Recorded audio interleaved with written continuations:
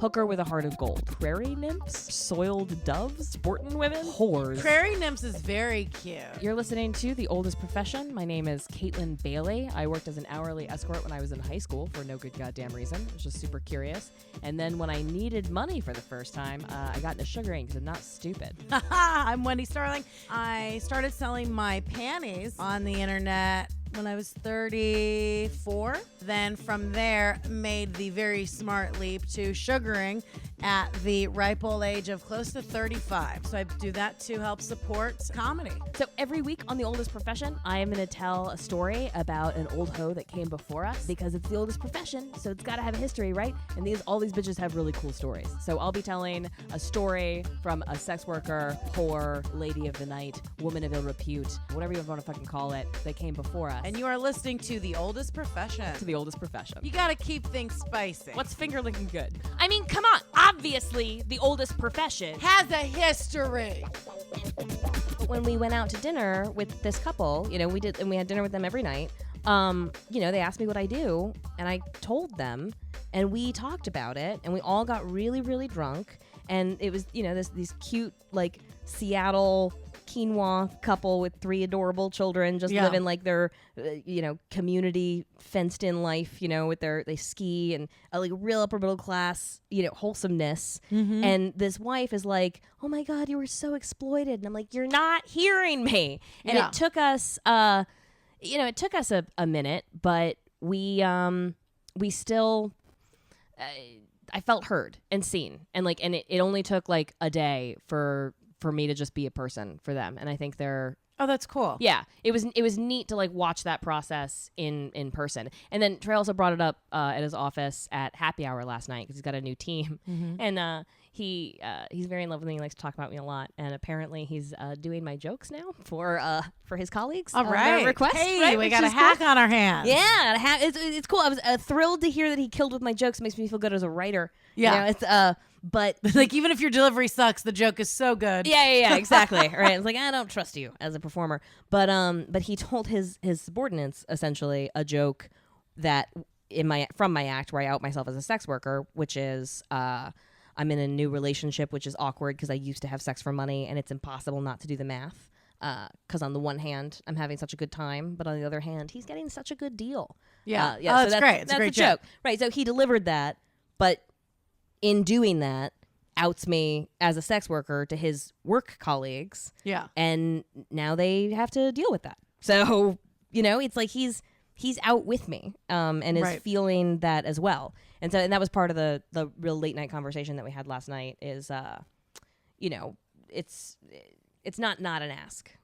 Right. And it's a strange thing to deal with. And I have the same thing with trying to date because you go like, well, the guy that I'm dating now is like, I don't know that he knows. I've mentioned it delicately. Sure. Because when he offers to get me an Uber or if I like Uber around and he's like, wait, but I know you're broke and how are you going to Equinox? I'm like, well, it's a guy I used to date. And I'm still on his account. Right. And so I try to be gentle about it. I mean, I'm sure he could Google me. He's older. Mm-hmm. We've talked about this. I'm just like, I've my program. Older people sometimes don't know how to use the internet. Right. It's very, Yeah, or read a text. I was like, I'll be done at 9. And he texted me. He was like, today. He was like, so you'd be done with your gig at 7:30? I'm like, nope. You can literally scroll up one move. Right. I do love that about texting because like you can't pretend. Because I understand like when talking to men, sometimes they can't hear you because biology apparently. Right. But like when you text it, it's like, can you not read, motherfucker? Right. Like, I've done where I do a screenshot of the text I sent yesterday. Yes! And instead of responding, I love it. And I'll send a screenshot of like me sending like, no. This is what I texted you yesterday. Yes. I'll be done at 9. It's so cunty. And I try to not do it. But no, that's an interesting thing because there are two different things trying to date somebody after that's like not a client and after been doing sex work. And it's two different things because one, like you said, you're trying to reconcile in your brain like, okay, I'm doing this for free, which sounds like the joke that I have. It's not similar, but it's the same way I talk about that when with doing sex work with the sugar daddies, I was always like never started fights and I was always very amiable. But in regular relationships, I start fights and I'm a crazy person. And so the joke I have is I said, turns out I'm a terrible girlfriend, but a great employee. Yes.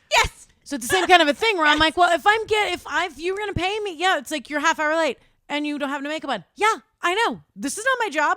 Right. This is not my job. I did this for a job before. So this is You're buying me dinner? Great. Good for you. I'm like, well, it's actually interesting, like, to talk about those feelings. Because, like, in Las Vegas, like, we didn't talk about it. It's just that they asked me what I did, and I just told them. Right. We didn't talk about it. And it was fine, but it was also, like, I got that old nervousness, from, like, because of my abusive, and people have shamed me about this, my whole life, of, like, this is, something to be ashamed of. And even though I'm taking this hard line, I still felt that, like, sort of internal nausea, butterflies in your stomach kind of thing, talking about it. So I feel a little bit like on my best behavior with him, because I'm like, oh my God, you're such a catch. Like, oh my God, I'm so grateful and thankful for your, like, unconditional acceptance of who I am and how I want to talk about it. And yeah, so. Well, and it's interesting too. And I think that's part of the, I don't think I know, that's part of the reason we're doing the podcast and the emails that we're getting. And thank you guys so much for emailing us. Yes, please keep emailing us. But part of the reason, podcast@gmail.com. Yes, email us, talk to us, because that's part of the big thing. The reason that we're even doing the show is, like, to humanize sex workers to the general population, but also to ourselves, because we have to remind ourselves that, like, like, we're not unlovable people. And you want to take the opposite thing, because I understand the feeling, because I've had that where it's like, oh wow, thank you for taking pity on on my poor soul, and I used to do, and I used to be like a whore and get paid for this. But it should be the opposite. It should be like, if a regular person gets to date a sex worker for free, it's like, your joke, he's getting a great deal. It's like, yeah, you should be thanking me, because guess what? I know how to be cool professionally. I'm that professional, cool person. Yeah, you get to just be around this magic goddess energy. Yeah, we're professional good fucks. We can fake listen to you. We can fake laugh at your jokes. I'm bad at fake listening because I can't remember anything. And so he catches me all the time, just having not retained, like, real basic information, like, just real basic shit. Well, okay. Do you want me to come all over your face and remember what your mom's name? That feels like a big ask. Yeah, that's a huge like, that's where money comes in, because I gotta buy fish oil for my brain and my pussy. I put fish oil in my pussy. Wow. That's what I call my cum, fish oil. You want to get into it? Yeah, let's get into it. I'm excited for this one. Yeah, I'm really excited. So today we are talking about Joanna of Naples, who was born in 1328 in Naples. So she was born a princess or whatever, and her grandfather, like, the crown skipped a generation. And so her grandfather gave her the crown when she was really young, and in the kind of Game of Thrones that was most of the Middle Ages, promised her to her cousin, Andrew of Hungary, when they were both, like, single digits, right? Cool. Right, yeah. Oh, man. So they ship Andrew of Hungary over into her court. She grows up, and she convinces the Pope at the time to crown her by her fucking self, Queen of Naples, right? So she's married to Andrew of Hungary, but they are, like, locked in a power struggle, because it's not, they don't love each other. Like, it was a power alliance, but who loves their cousin? You know what I'm saying? Yeah, exactly. So it's just one cunty cousin after another, right? You'll learn a lot about life from your weird, fucked up cousins. I know. Yeah, so she gets crowned by herself, she not gets crowned with him? by herself with him. Dope. And then has him killed. Has him strangled and thrown off the balcony from his balls. Whoa. Right. Yeah. Bold move. High risk. Yeah. Doesn't work out great for her. Hungry freaks the fuck out. I was going to say, that's an uncomfortable family reunion. Right, exactly. So they're not confident that she kills him, but, like, they suspect that she kills him. I mean, she has him killed. She doesn't strangle. I mean, like, she's a queen. She, like, orders some underling to do that.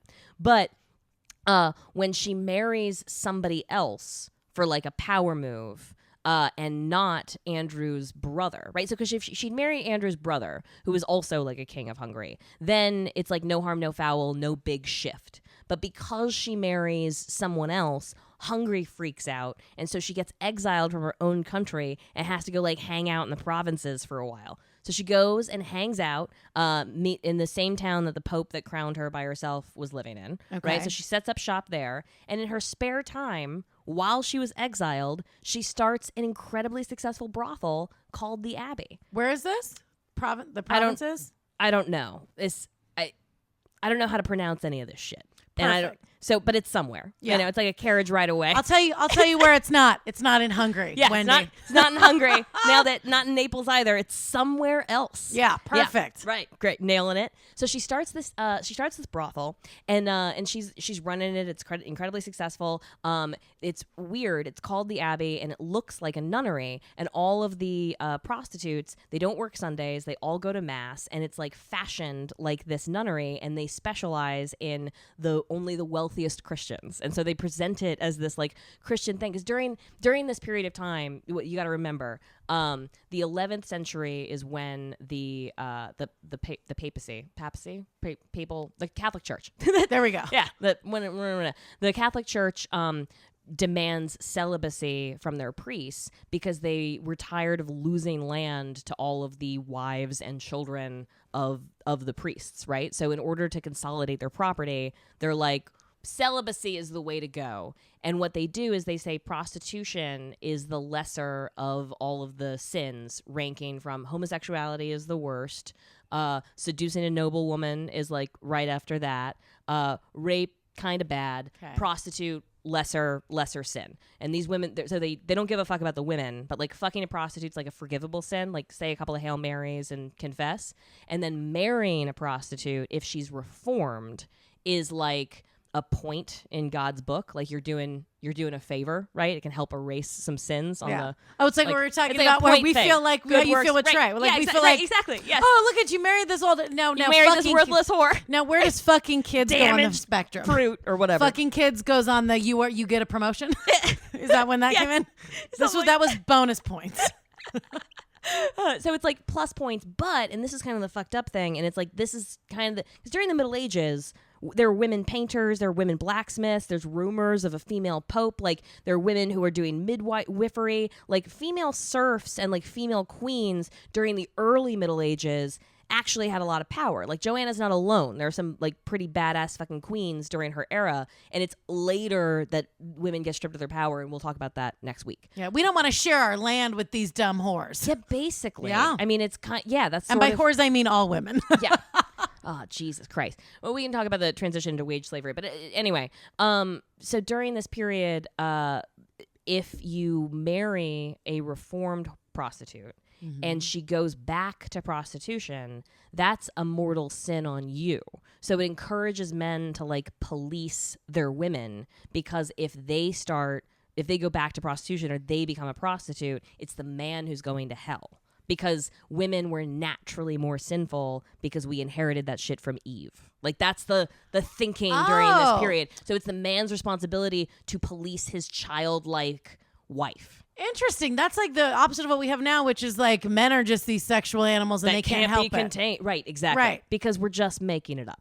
Right. Right. It's not a biological So now there's a switch. fact. But no matter, either way they do the power shift, it's always the women are always the shitty ones. Yeah. Women are always the shitty. And it's actually, during this period of time, it's prostitutes, lepers, and Jews that have to mark themselves publicly. They have like special sumptuary laws that apply just to them. Like, you know how Hitler did with the yellow stars? Mm-hmm. It's like that, but like, you know, it's like, I mean, they make every municipality has something different, but it's like prostitutes have to wear this color. Jews have to have this marking. Lepers have to wear this special kind of scarf. It's like that all over. Yeah, well, the lepers are wearing scarves to keep their skin on, so that was fair. Yeah. Lepers don't have to mark themselves unless it's not bad yet. Right, lepers mark you because they hug you and a piece of their body stays on your clothes. Right, it's fucking yeah. So they're all grouped together in that. So with Joanna, so she's hanging out. She's got this brothel. She's hanging out with the Pope. And then she makes a power move where she basically like writes another king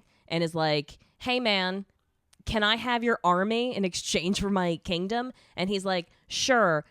Like it's an alliance marriage, right? Because like Hungary's invaded her country because they're pissed that she killed their king, right, who was her husband, right. So she's running this brothel and she writes this letter to this other guy that's like, let's combine forces. He's like, chill. So then she sells the brothel to the Pope. This bitch would have won Survivor. Yes. Yeah. She would have won that show. Yeah, exactly. Yeah, so she's a cold stone killer. So she sells the brothel to the Pope, wins whatever the war is, and then rules for a period of time with this guy, right? And then he dies in battle, or she has that same pope that she's apparently BFF with, like, annul the marriage. She was married a bunch of times. I'm getting the husbands mixed up. Yeah. So one of them dies in battle. Another one, she has the marriage annulled. And then she marries this guy who was kept in an iron cage by his uncle for 15 years. And so he was a fucking basket case, because when people are traumatized, sometimes shit goes real wrong forever. So so she marries that guy. That obviously doesn't work out. But this is the period of time where the Great Schism happens, where there's a period in the Middle Ages where there were 2 popes. Yeah. I don't know if you remember this from like Western Civ, but like it was a real it was the only part of Western Civ for me that felt like calculus, right? Because like they have these 2 fucking competing popes, and they're shifting shit all around. This is before the Protestant Reformation, but it's this weird power struggle between these like religious sects, and we know what that looks like. Nothing changes, right? But she sides with the pope that crowned her by herself, that she sold the brothel to, that annulled her marriage, and that they have like a relationship with. She sides with him. Oh yeah, obviously. Because of course she does, right? Yeah. That pope loses the power struggle. Fucking shit. So all of her the house of cards that her power is built on falls, right? Because like kings are they're appointed by the popes, right? It's like by grace of God, like the divine right of leaders, right? So it's the pope that tells the people, yes, they have the right to collect taxes from you because Jesus picked them, or like whatever the fuck is. Right. So when she loses her battle with the pope, she loses her power, she gets strangled, and the pope will not allow her to be buried on consecrated ground, so they just dump her body in a fucking well. Holy shit. Yeah, that's her. In a well? In a well, right. And they slung her there by her ovaries. Yeah, something like that. Payback's a bitch. Well, yeah, I mean, she made a lot of enemies over her life, not just because she was a woman, but because she was a cold stone fucking killer. Yeah, that is the fact that she sold the brothel to the Pope is pretty. Well, there were insane. a lot. This is a period of time when there were a lot of municipal brothels, right? And so the way that it would usually work is that like they're trying to like lessen sins, right? Because like the church is basically just like a social control mechanism. Like they're trying to collect taxes, they're trying to figure out, how to run society. And so they basically say going to see a prostitute's like a misdemeanor. And I understand, like I get it on some level, and it's cool that like it was not the worst crime at the time. But here's what's so, and with all the stories that from the past and even present day, we have, what's happening now is that you look at, it seems to be that laws are enacted under the cloak of morality, like, oh, we're trying to help you and we're trying to save you from this terrible life. Like you said, like you're like the chick Trey's friends, where she was like, oh, you were so exploited. Yeah. So there's this thing where it's like, okay, we're trying to help you. Okay, how are you going to help me? You. Right. And then the way that they end up, quote, helping people is by helping sex workers. Yeah. It's basically by like taking money from them. Well, here's what we're going to do. Look, women, we feel real badly for you. So what we're going to do is we're going to make it illegal for the people that have a lot of power right now. So the priests, people in the church with the most power, we're going to make it illegal for them to get married. Right. So there's no real way for women to get property that way. Yeah. No. And we're going to make selling your pussy not that bad of a crime. Yes. So that's how they start to go like, okay, so now that's where they start to say like, okay, women, so now these are your options for a job. Here's your option for a job. So a nunnery or a nunnery. Right. Because like a nunnery, this is the bitch that starts the brothel called the Abbey. And this is where like nunneries becoming synonymous with brothels begins. Because like nunneries were one of the few places where women were able to gather and like sort of self-govern and do all of that stuff, and there was a percentage of them that operated as brothels for whatever reason. A lot of them operated as schools, a lot of them operated as like tapestry factories, a lot of like they're it's a cool place, but she fashions the brothel like a nunnery, and then you see that echoed like when Hamlet tells Ophelia, get thee to a nunnery. He's telling her to go to a whorehouse. He's telling her to go to hell. Yeah I remember that from school. I remember going like, "Oh, that was I love that. Get thee to a nunnery. Get thee to a nunnery." Every time I hear nunnery, that's what I think. Right. And I say it in iambic pentameter. That was for all the theater dorks listening. But yeah, it's an interesting, and you can see, and that's where, and it's something that we talked about in the last episode, and it's a theme that's going to keep coming up. And this is part of the problem is the separation of, it's the Madonna whore thing. Yeah. Where they've really done a job, and by they I mean men, and specifically like religion. Yep. but also men even outside of religion. But I think the secular world, it's a little bit easier. There's a little bit more of a gray area, and there's room for women too. But if you look at religion, the way it was set up in most religious texts, women are subservient, or like you said, the Eve thing, either we're subservient and very dumb, or we're these evil temptresses. Right. So it's one or the other. Right. You can be here. Either way, you're not to be trusted. You're either too stupid or you're a malicious fucking liar. Right. Yeah. So either way, it's like, okay, so then what the fuck do you want us to do? Right. And so then if you want us to go into, so then if it's like, okay, well, the only way to make money really and get property is to, I guess, like be I guess I'll be a prostitute. I'll work in this brothel. Yeah. And they make it where it's like, oh, it's not that bad of a thing to do, and so you do that. But then they come women in later. were 100% damned. So that's the thing. It's like it's a misdemeanor for men. Oh, but the women are just throwaway people. Because remember, it's lepers, whores, and Jews. Oh, that's right. So the Catholic Church is just like, oh no, these women are already damned. Oh, that's why it's a lesser crime than rape. Because when you rape a woman, you damn her to hell. Right? Oh. But if you rape a prostitute, it's like no harm, no foul. She's already damned. Oh, I thought it was a misdemeanor for the girl. No. It's a misdemeanor for the dude. Oh, the son dude of bros. a bitch. Look at me giving the benefit of the doubt to the papacy. Church. Nah, no. Oh, for the dudes. Yeah, of course. No, these went, no. Oh, so we're already going to hell. Yes, we're already going to hell. Oh, I forgot one thing about the story that I want to add. So all the things that the Pope does for this bitch, right? So he crowns her by herself, right? And then he buys the brothel from her. He annuls one of her marriages. And also he forgives her for murder.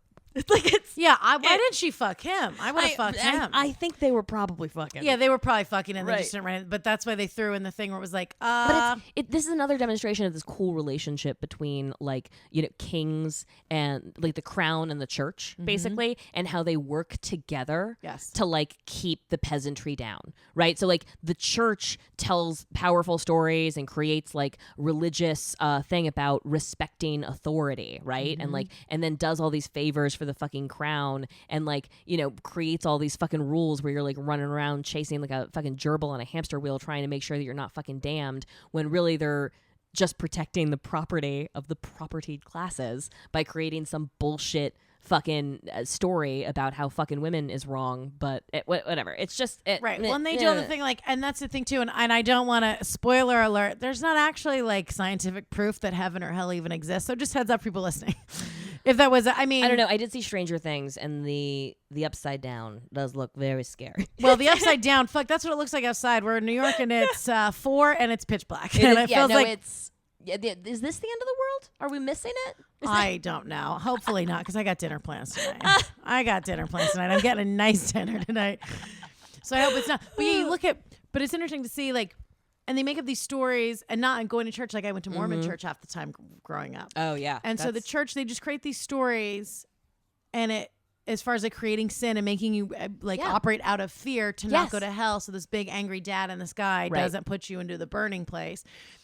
But then the other part of that, they do that, it was also just and also you have to give us 10% of your money. Yep. The church did a real good job of scaring the shit out of people. And this is before people could read, and they were just well, because these people didn't know. Yeah, of course. And just like we learned with the Ishtar episode, temples or places of worship are places of community engagement. This is where people gather. This is where marketplaces happen out of this. That it is a mechanism of social control. And there was an earlier age where those places were used to make big municipal stuff. But during the feudal period, it feels like the Holy Roman Empire is just this shell corporation that's keeping this house of cards up on its thing. And the Middle Ages are a period of real dynamic social control. I mean, this is where when capitalism gets invented. This is when when feudalism goes away and serfs go away. There's a lot of volatile social change happening during this moment, and one of them is just another period in history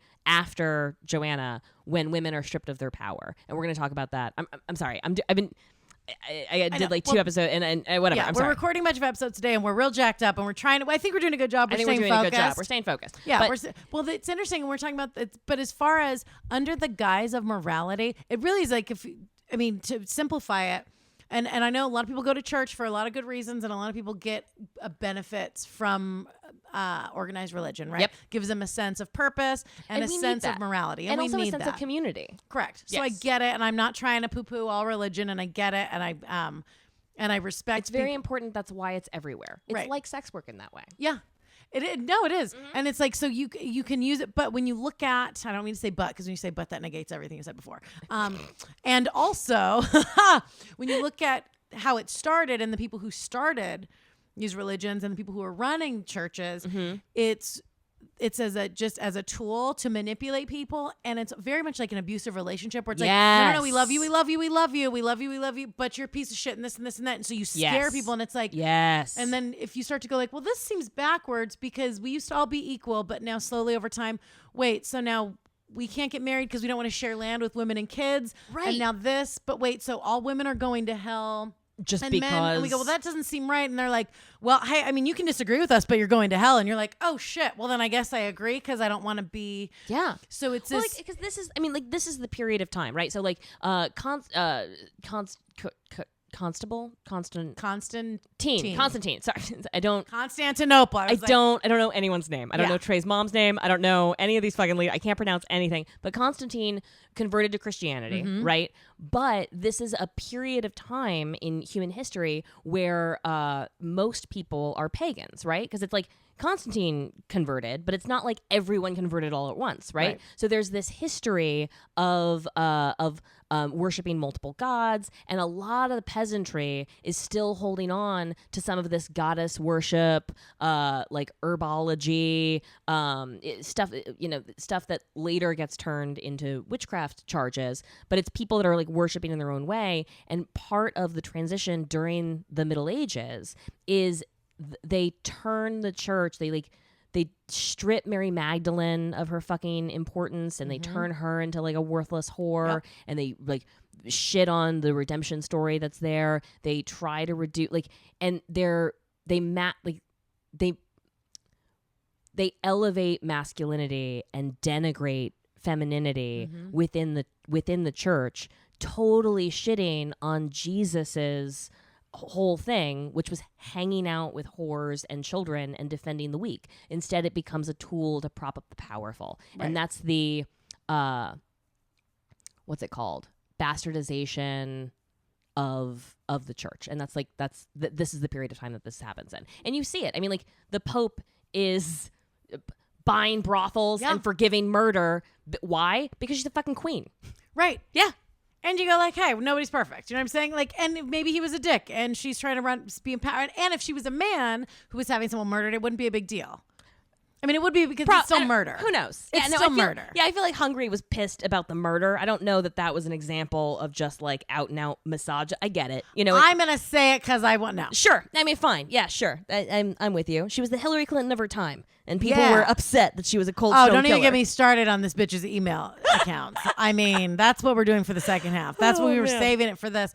But yeah, no, it's anytime they and see, and I like poly everything. I like polyamory. I like polytheism. I like more. Spread it out. Just more of everything. Don't put all your eggs into one god. Yeah, you got to diversify your portfolio, folks. That's don't put all your dicks into one pussy. Don't give all your eggs to one dick. Let's do our plugs and then get into the next thing because I'm really excited. I know we are just jacked up. We got stuff is happening. In sex work right now. We are living history right fucking now. Follow us on Twitter, Old Pro Podcast. We're also on Instagram. We're also on Facebook, and that's a new thing, and I'm real bad at it. So please like us on Facebook so I don't feel like I'm shouting into the void. Ooh, I'll share that on mine. Email us at theoldestprofessionpodcast@gmail.com. I'm so sorry. It's so long, but you can figure it out. We llove hearing your stories. Please it's so fun. Us. We love it. It's great. Yeah. And I'm Kaytlin Bailey, and I'm also on the internet. At Wendi Starling on Twitter and at WendyBird82 on Instagram. Thank you for listening. This episode is sponsored by Velvet Swing, which is a cannabis-enhanced lube that is very nice. Ooh. You should follow the founder. This is a whore-owned and operated business. Okay. Mistress Matisse on Twitter. So buying this product supports not just your own sex life, but also the sex worker rights movement. Mistress Matisse is a big deal. Thank you, Mistress. Yes, you can follow Mistress Matisse at Mistress, MISTRESS, Matisse, MATISSE. Yeah, you know why we feel so good? Because while you were in the kitchen about 10 minutes ago before we recorded this, I took the cannabis lube and I jammed it in my butthole. I'll tell you, And not the thing. how do you feel? Amazing. Right? You feel relaxed? I feel my butthole feels great. Your butthole feels Oh my relaxed? God, I didn't even think about this. This would be great for anal. Of course. Yeah, you can't overestimate the importance of a relaxed butthole. I love anal already. I'm going to be squirting all over the wall if I put some... Okay, now I do want to wrap this because I want to go get fucked. Velvet swing, so you can get high while getting down. Yeah, so this is big news. I believe that prostitutes, sort of like whores, lepers, and Jews, are like litmus tests or like the canaries in the coal mine for civil rights. You know what I mean? Mm-hmm. Like, 'cause they fuck with immigrants first, they fuck with black people first, they fuck with whores first, and then eventually it like that's just a new power that the state has that they just use on most of us, right? Right. So we see this in the Middle Ages, and we're seeing it now. What has happened, and it's been a pattern within the last couple of years, is that the federal government is really cracking down under the guise of being anti-trafficking. They're cracking down on the places where prostitutes advertise their services and meet clients. So they just raided Eros, right? But this is, remember a couple of years ago when they tore down Craigslist adult section? Yes. And then remember when they went after Backpage? Yeah, a little bit, Yes. because I wasn't really involved in but any like- sex but- work then, but I remember hearing Yeah, about it. yeah. So Backpage got shut down, and then recently Rent Boy got shut down, and there are people sitting in cages. There are people in jail for Rent Boy, and now What Eros. is Rent Boy? What is that, like Rent a Boy gay? was like Backpage for gay Oh, dudes. okay, Yeah, cool. it was like gay for pay shit, and now they've gone after Eros, and one of the things that is, and I hate to be such a I'm gonna sound like a spoiled cunt, but like, it's scary because Eros was the place for high-end escorts. So it's like they're going after like the next rung. You know what I mean? Right. So like it feels like they're turning the heat up on prostitutes, which I feel is like a dog whistle for going after women. Well, in Eros, this is how I know about Eros. So I've heard people talk about it. Now, I only was on the Sugar Daddy website. One of my guys that I saw for a while that I met on Seeking Arrangements, plug.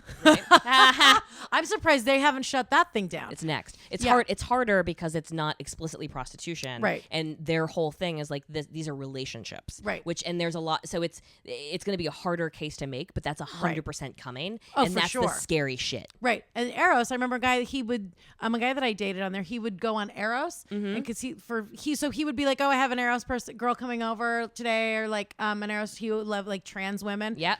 And so like we had a couple we didn't even fuck. We went out to dinner. Yeah. With like two different really hot trans chicks from Eros. Like so that's how I know about it, because he was like, look for someone on Eros. Yeah. And I was like, what are you talking about? This was like last year. So I scrolled through the site and I was like, oh my God. And yeah, super high end. They're gorgeous. And they don't say like in the descriptions. Yeah. That's what I love. They were just like, hey, so like hang out, and then, anything else is whatever. And We're consenting adults. right. We're consenting if we decide to have physical contact, but it's mostly just for, and they, Right. to like have a good time. What's scary about this is that and I'm going to post an article that makes a lot of these great points from Tits and Sass. There's some like really good reporting happening from like inside. I remember once when Eros got raided, one of my girlfriends who is like still working called me like in a panic, because I think what people don't realize about this is like when you take a site like that down, there's two fears that happen simultaneously. One is, am I going to be targeted, right? And so it's like, are you an immigrant? Are you wanted for other things? Are you vulnerable in some way? Right. Like, Are you a Jew? Are you a leper? Right, Same exactly. shit. Right. I swear to fucking God. Yeah, it's actually not that different. Yes. And so, we're doing that. And then, and because Eros was trying to guard themselves against the accusation that they were a hub of underage sex workers, they've been asking for more and more identifying information from the women that work there, because you have to prove that you're over 18. So now you're faxing or emailing or whatever, like photos of your ID and green card and passport and social security number and all that shit. Right. And now that's in the hands of the Department of Homeland Security. Fuck. Right. So there's that fear, but that fear feels really distant and like down the road and like a potential maybe future problem. The right now problem is I was counting on $800 a month from my Eros ad, and now that income's gone away, and I have to wait an unknowable amount of time before the next platform like pops up. Right. How am I going to make ends meet during that period of time? And it puts these women in a very financially vulnerable position, which is when they take big risks. Right. And it's when they do dangerous shit. And it's when they go to the street, and it's when they like, and this cracking down, like you said, I mean, like they scatter like cockroaches, and it's fucking dangerous. Yeah. And that's created, and you see with the church, and that's like what the church did. And you know, the story of Joanna, it's like you look and it's where they say like, this is bad. Yep. We want to help you. Yeah. Okay, so then what do? So then it's like, okay, but you now put you're them not in helping workhouses. me. Yeah. Right. So now what you're Sweatshops. and it's like a couple episodes ago where they were like, and where it was like they used to be operate out of churches and out of nunneries and things like that, and then they shut it down, and the government takes over, or the church, whoever the fuck is in charge, and then what that does is that instead of just decriminalize it. That's how you. Yeah, that's how you solve the problem. You want to help women stop putting them in cages. Right. And then stop chasing them like fucking animals. Right. And instead, and if you look at, even in the story earlier that we did, you show the early origins in the 1300s of them going, okay, these are your choices as a job. You're a woman. Right. Yes. So you either be a nun or you be a whore. Okay. Yes. And so or you marry somebody in a guild, but we're making that harder and harder. So go fuck yourself. And so it's like when that's kind of the number one job that women, it's the title of this fucking podcast. Right. Like that's the job, the first job that women were allowed to have. Yes. And so even now, it's like, okay, well, so this is a good way to make money, and then they're just like shutting. You know, sex work is the only industry. Keep them on the run. It's the only industry where there's not a wage gap where women make more than men. And I had some argument with some guy. It was actually, well, it was my friend on our podcast, the other podcast I do, and we were talking about it, and he goes, we're talking about the wage gap, and he goes, yeah, well, and he was like, yeah, well, if I went into sex work, you would make more money. And it's like, yeah, and that's the only industry. Right. It's the only industry where there's not a discernible. And so that just pushes them and us, I should say, like into the dark. But it's during this period, right? So it's during the late Middle Ages that women are stripped of their other occupational choices, right? Because in the early Middle Ages, like poor women have always worked, right? It's not like female slaves were like just not plowing and doing hard labor. I mean, like we've been working women the whole fucking time, but it's during the late Middle Ages, and then during the witch burning where uppity women, independent women, they tried to create a dependency on men. And that's when wage capitalism is first introduced. And so they do pay men more, and they specifically keep women out of the guilds, and they create this dependency relationship, which is one of the things that creates this antagonism between men and women, because women can't make enough money to live. And so they have to manipulate, cajole, seduce, please, whatever men into getting their fucking basic needs met, and then we're cast as like evil sinner whore bitches. But it's not that women can't work. We've been working the whole time. The nice thing was they stripped away our rights, and so we were still allowed to. They still were letting women cook and clean and do all that kind of shit. We just weren't getting paid for it. Yeah, but this is the period. So remember when serfs were tied to the land, farming, cooking. Like nobody's getting paid in wages, right? It's like you get a portion of your crop, and then like you give the king part of your crop, but like everyone's working, and like so making tapestry, making clothing, gathering shit. Yeah, it sounds like children. Every cult. Yeah, no, it's work, but it's work, and like so men and women are working, like out, like in the Old West, right? Like the frontier women are working, they're contributing in like meaningful and deeply valuable ways. But when wage capitalism gets introduced, they're only paying the men. And they're turning women's work into this fucking huge volunteer corps service. Right. And so they're degrading the work of women, not because it's not valuable, not because you don't need it, but just because they could get away with not paying us. Right. And like you said, when they break it down where it's like, okay, so you can be a prostitute or you can be a nun or you can get married. And that's all. You see it now. We talked about it in the last episode. We talked about, it's going to keep coming up, but look at pick up any women's magazine. It's like how to get a man to do this. I how could to get a job, man to do that. Or I could learn the 5 best blowjob tricks. Right. It's like, get the fuck out of here.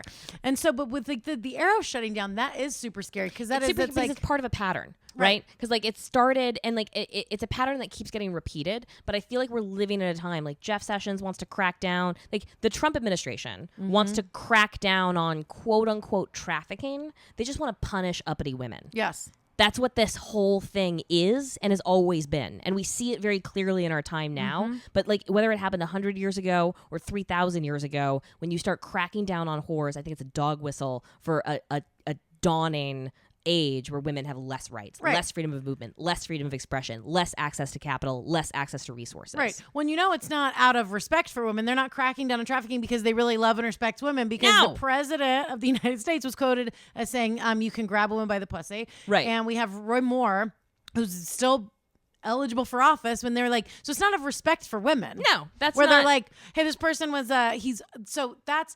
But that's part of like that's benevolent sexism, right? And that's one of the tools that they use to keep women against each other, right? Is they're like good women. And so the medieval period is a time when they have like chivalry is a big deal. And so you have all of these like knights who are competing to write all of this like love poetry to inaccessible women, right? So like they write love poetry to queens, but the whole thing is that they're this virgin, unachievable, high up pedestal thing. Right. But they're just raping women. Like, they're just bands of men. They basically decriminalize rape during this period of time if you're a poor woman. It's fucking crazy. Yeah. They're bands of roving rapists. And they're like, they pit good women against disposable women, and they use the stigma against whores, right, to justify the raping and brutality and like violent control imposed upon women as punishment for sluttiness or uppityness or whoreness, whether or not these bitches are doing sex work. We see the same thing during the Contagious Diseases Act, right, when they were like just picking up bitches for being out alone. Right. It's the same thing that's happening. Well, that's here. even now. You walk, and even now, it's like to walk out in a provocative outfit. Oh God, is to be called a whore, and men will walk up to you on the street now, current day, right now, walking around. I had a guy the other night, and I was in a full puffy coat.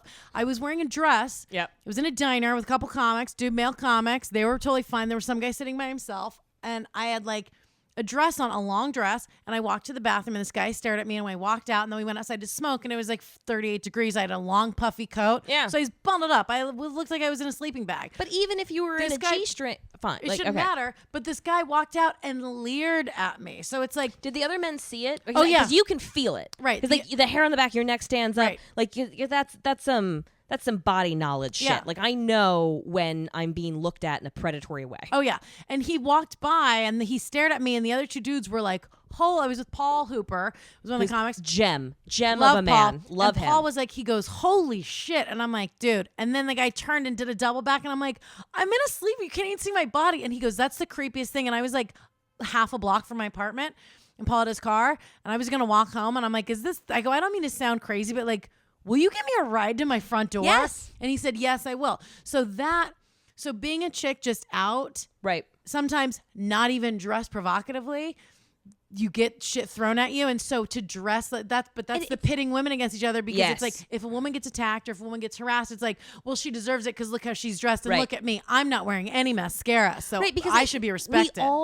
It's a deeply human instinct to want to believe that we can prevent bad things from happening to us. Right. So we want to believe that like the people that bad things happen to them, that they did something that could have been avoided. You know what I mean? So like, I remember I was out first couple of years in New York. You learn very early as a woman to try to de-escalate, you know? So if like the hair on the back of your neck stands up, or somebody's like we said before in the beginning of, maybe it was this episode or the last episode, men that can't hear you. Yeah. And how deeply troubling and threatening that is, because they have the physical ability to bulldoze past your no if they think they know better. And they do think that they know better because they can't hear or see you as a person, right? And your boundaries don't matter. Correct. So they like, when that starts to happen, you can't just be like, hey, asshole, da, da, da, da, because you're going to escalate and it's dangerous. So like somebody catcalls and you just go like, thank you, and keep moving. Yep. Right? It doesn't make it not a threat. It's just a way to like brush it off and make it go away fast. So I was trying to be polite to this guy. Like, so I was at a bar and I was hanging out with friends, and some guy came over and talked to me, and like, you know how you're just having those like short conversations, like one word, like you're trying to communicate that you don't want to talk to somebody, right? But you don't want to just say to a stranger that you don't know and you don't know what they're capable of, like, hey, I don't want to talk to you. Yeah. Because then they're going to be like, you're a cunt. And like maybe something bad will happen. Yeah. So being dismissive, he followed us to the next bar and hung out and tried to follow me all the way down the subway. He followed me for 2.5 hours. And so like my friend wanted to leave and we couldn't. He had to like, because me and my friend were going on different subways and we were partying, and my friend saw him follow me down the subway and like ran over and had to like sit with me until like he had to walk. Yeah, it was It was terrifying. And like that guy didn't do anything to me, right? But like I wish that I could report that in some way, because it's real fucking terrifying and it's everywhere. I'm sorry. Yeah. Well, no. But it is. But it happens everywhere all the time. And here's what you talk about, the pitting women against each other, because I think that's huge. And you start to see it now more than ever. I feel like when I watch TV and the news that it's fake, because you see these religious right-wing women who've got more makeup on than I've ever seen a sex worker. Oh yeah, Fox News hosts look plastic. Do you know, that's just that aesthetic. The Barbie, it's a stripper aesthetic. Right. It's like... It is. And so it's like, but it's this, and again, it's I cannot, it's so difficult for me, especially having going to 2 different churches growing up. Yeah. And knowing about like, and having been a victim of like sexual abuse in a church, and but everything that's like everything under the guise of morality, almost always, especially specifically with women. Yes. And then sex workers, and you see this like with the Eros thing, and even that, cause that's what's so fucking irritating about all this stuff is like to shut down this site. And you remember when they shut down Ashley Madison? Yes. Remember when they did that, and that's just married people. Yeah, that's just married people. But it was people who are like, sex outside of marriage is bad, and so we're gonna exploit all these people. And what they did in that one guy who was a fucking pastor. Yes. Who would just like was married for a long time and probably just wanted to fuck somebody else. It's not his wife. Without disrupting the marriage. Right. Because like you can want to fuck somebody else without wanting to leave your partnership. Right. And I'm not putting the blame on the wife. And if you're in a relationship and you can love more than one person, and I fully believe that. I just don't think that fidelity is the best metric of commitment. It seems dumb that we picked that. And it feels like it's specifically about punishing women because it feels like it just comes from this fear of like the wrong paternity or some shit like that. Right. Where they want to control women as property, and then we buy into this idea that like the more dicks we're exposed to, the more like the less we're valued. So you want to keep your property in mint condition by limiting its exposure to dicks. Right. Like that seems dumb. Right. And then you get married, and then as far as even like this is not happened with me, but we've had this conversation. I don't even know if it's been on or off the air, so I apologize for repeating this. But in a lot of times with infidelity, when it's the guy, and then the wife or like the boyfriend and girlfriend, the girlfriend instead of blame the woman, and it's like, no, you're fucking. I'm not married to you. I'm not your girlfriend. That's your boyfriend. Yeah, if anyone's in violation of contract here, it's the dude out there who's he's the one who's fucking up his vows. Mistresses didn't take vows. No, right. It's that, and so it's weird to pit this like sexual competition thing on women, and it's weird for me too because I feel like that's the story, right? It's like women are competing for male attention, and the reason we're competing for male attention is because our fucking survival was dependent on it. Because if we didn't get married, we didn't have any options. Yeah, right? If we don't get married, we don't have a house. Right? Yeah, exactly. Right. So it's like a real high stakes for women, and so suddenly that creates this real high stakes game of like fucking competing for male attention. Mm-hmm. But then also, I've cross pollinated with like a bunch of my girlfriends. And it's been fine. Yeah. Like me and my best friend from high school have fucked 4 of the same dudes. In fact, one of her boyfriends cheated on her with me, and I told her about it. Really? And we kicked him out of the fucking thing. Like, good. So, yeah. My position on this is sort of changing, but like I like whore ethics. If you're paying me, and we'll keep your secret. I think that's fine and fair and reasonable. There's no reason for me to out you. I don't think what you're doing is shameful. But if you're not paying me, I'm going to talk about the things that happened to me because like I wasn't in whatever. It's fine. And that's like we've been best friends for like 16 years, and it feels like there isn't. I've done that with a couple of other women. It doesn't feel like there's the same kind of. I feel like men are projecting their jealousy onto us. Oh, for sure. Yeah. Oh, for sure. I had a guy that I see was asking about that Steven that I do the other podcast with. He was just, and Steven's got a girlfriend. Right. They're in love. But he was listening to the show and he was like, so do you think, because I was like, oh, we're working on another project. And he was like, and I'm not trying to be jealous, but like, are you, and I'm like, no, he and I are not going to fuck. We're friends. Right. But men, they just have this kind of... Because they've been taught for so long, so aggressively, right? But like this has been a top-down message, right? Papacy, kings, stripping women of their power in order to control the poor. Fine, right? Have been drilling this narrative that women are only good for one thing, right? Right. And if they give into that thing, now they're worthless. Right. So it's like a real fucked up message. I know. And the Eros thing, I still cannot. So like scary. And this is recent. This happened Days very ago. recently. Yeah, and it's impacting people around us. Right. Like I'm getting desperate phone calls from people that like don't know what to do. Right. And here's the thing is they're not, like you said, they might go through the files and they might look at like, yeah. But in the meantime, you just took their livelihood away. But mostly they're just doing it as a fucking power move. Yes. They're just doing it to be like, fuck you. Yeah. This or they're going to to sift through. They're going to sift through hundreds of thousands of examples and find 2 cases of something fucked up happening. And all they're doing is they're taking power away from women to make their own money. Make their own choices. To make their own choices and make their own money. And they're driving them into the black market. Into the hands of more exploitative fucking criminals. Yeah. And we're like, that's how that starts. That's how that happens. Yeah, there's no need for pimps if you don't have to hide from the police. Right. Yeah. Ugh, fucking nightmare. I'm so sorry, ladies, if you're going through it. I know it's a scary time.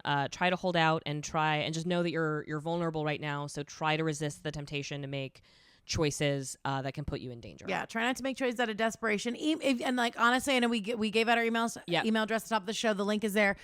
We won't say your name if you don't want us to, but if you just want to vent or share your story or whatever, like we can maybe. Or if you know what's happening next, we can also talk about it on the air. So like, if you know what the next platform is, like we can get that information out to more people. So email us what you know, and we'll talk about it. Yeah. Because we're in this together, ladies, and it's always been about sharing information. Yes. Yeah. So let's not let them keep us isolated. Yeah, respect ourselves. We are good people. We're not doing. We're helping people. Yeah. Fucking A, man. Anyway, thank you so much for listening. This has been The Oldest Profession.